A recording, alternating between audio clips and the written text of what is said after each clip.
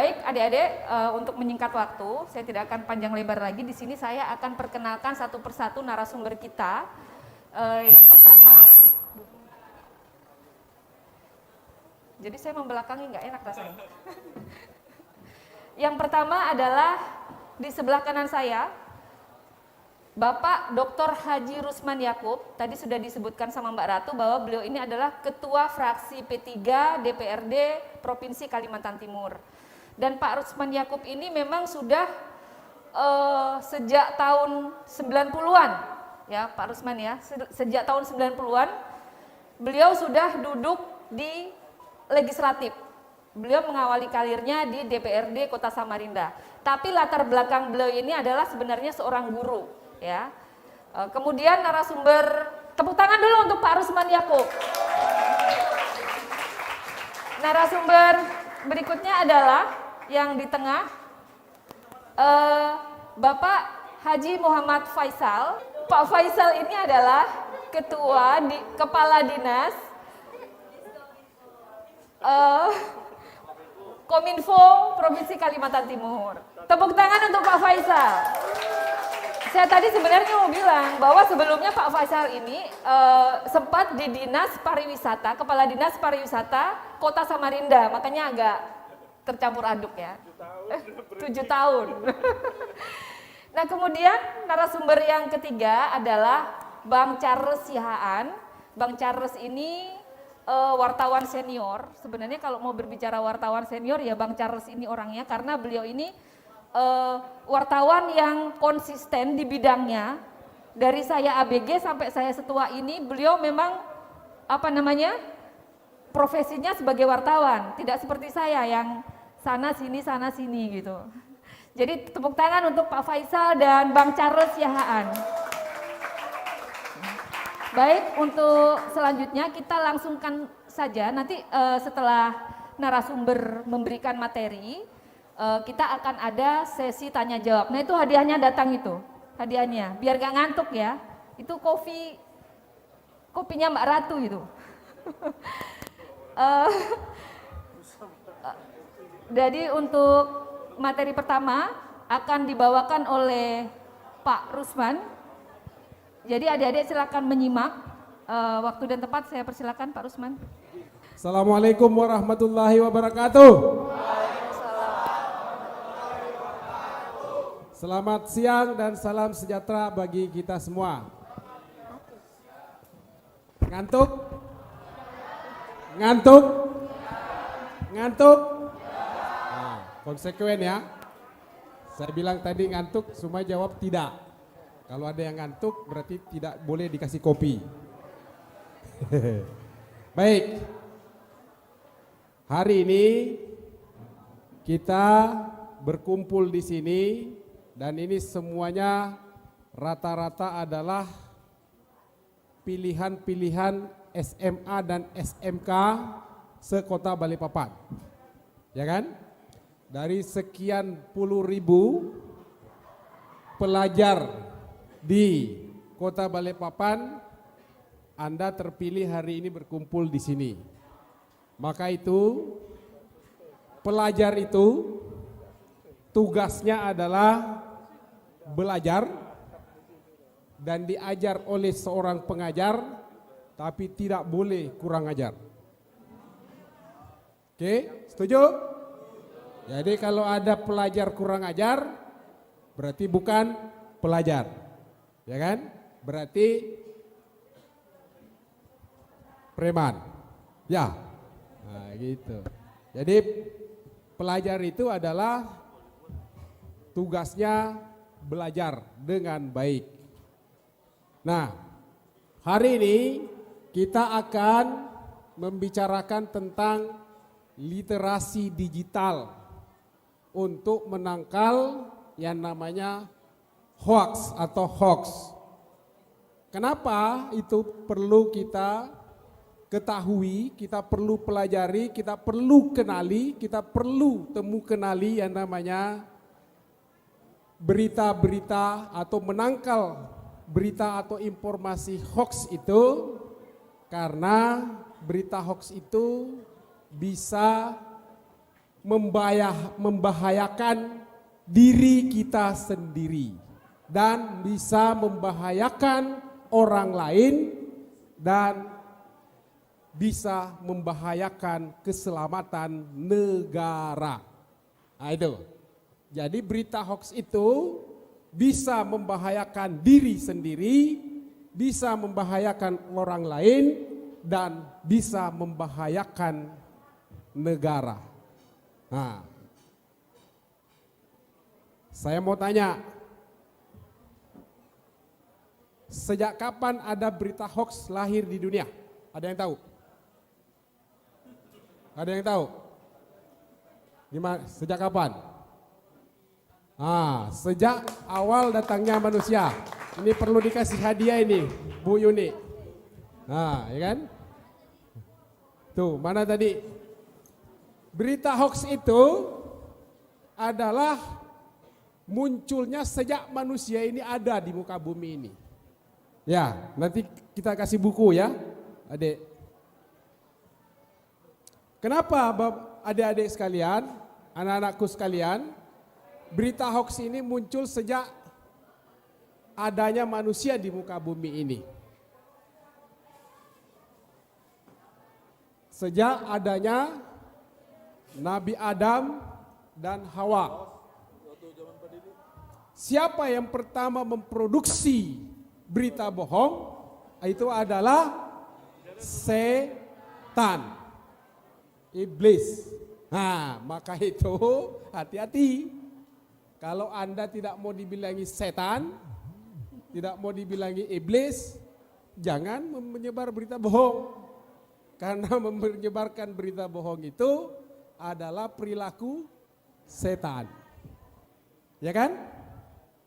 Nah, itu yang pertama yang harus Anda pahami. Yang kedua, berita-berita atau informasi yang kita sering atau bahkan mungkin tiap hari kita terima, dan mungkin saja di antara kita ini ada juga yang suka meneruskan berita-berita yang diterima lewat gadgetnya, ya kan? Maka itu hati-hati, karena itu ada aturan, ada undang-undangnya. Di semua negara di muka bumi ini semua punya aturan tentang bagaimana berita hoax ini. Ya. Saya tidak perlu ambil negara lain, kita ambil saja dari negara kita. Yaitu ada yang disebut dengan Undang-Undang ITE. Ya. Undang-Undang ITE. Maka itu anak-anakku sekalian, hati-hati di dalam meneruskan atau menyebarkan atau menyebarluaskan sebuah berita yang berita tersebut belum kita ketahui keaslian dan kebenaran berita itu. Banyak kan kasus-kasus yang sudah terjadi, bisa masuk penjara akibat karena sering memberitakan sesuatu yang fitnah. Ya kan? Karena berita hoax itu adalah berita bohong. Nah, ya kan? Maka itu sebagai anak-anak milenial, anak-anak muda, sebagai penerus bangsa harus atau penting memahami dan membedakan mana berita hoax atau berita bohong dan mana berita yang memang mengandung unsur kebenaran. Nah, adik-adik atau pelajar-pelajar sekalian, berita bohong itu diproduksi, memang disengaja diproduksi. Hari ini ada orang, ada kelompok, ada orang-orang tertentu itu menjadikan sebuah pekerjaan untuk memproduksi yang namanya berita-berita hoax ini. Maka itu berita bohong itu diproduksi dengan maksud tertentu. Yang pertama adalah adanya misinformasi. Ya kan? Informasi salah atau bohong tapi dia tidak tahu dan menyebarkan. Kadang enggak, ini banyak nih di kalangan pelajar nih. Ya kan? Informasi itu salah, informasi itu bohong, ya, tetapi dia tidak tahu kalau itu berita bohong dan tetap menyebarkan. Nah ini, biasanya ini dimiliki oleh pelajar nih. Ini ya. Yang kedua, ada yang disebut dengan disinformasi, yaitu dia tahu informasi itu salah atau bohong, tapi dengan sengaja menyebarluaskan. Nah, jadi itu ada dua. Ada yang dia tidak tahu kalau itu informasi itu bohong, itu yang disebut dengan misinformasi. Tetapi tetap dia sebarkan. Lalu yang kedua, yang kedua yang lebih parah. Disinformasi. Dia sadar, dia tahu persis bahwa informasi yang dia mau sebarkan ini adalah bohong adanya, tetapi tetap disebarkan. Nah, ini yang disebut berkarakter setan, yang begini-gini. Ya kan? Ya kan? Kan hanya setan yang berani melakukan itu kan? Nah, kemudian tadi makanya itu berita bohong ini selalu mengikuti peradaban umat manusia.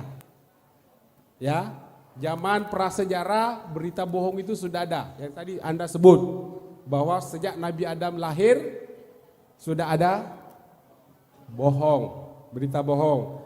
Kemudian Perang Dunia Pertama, Perang Dunia Kedua, Hitler misalnya sukses karena dia buat berita bohong segala macam itu. Kemudian terakhir adalah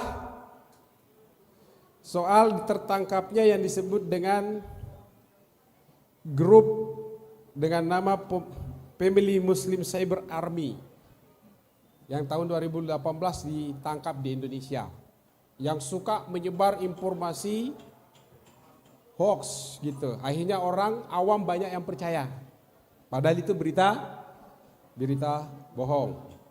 Nah, sekarang saya mau tanya, apakah kalian sudah menerima berita hoax hari ini? Benar. Mulai pagi tadi sampai jam ini sudah ada yang menerima berita hoax? Belum. Nah, ya kan? Mudah-mudahan memang benar belum ya. Ingat, hoax itu adalah dosa. Kemudian hoax itu terancam pidana, dan yang ketiga ngabisi kuota. Nah, itu yang penting.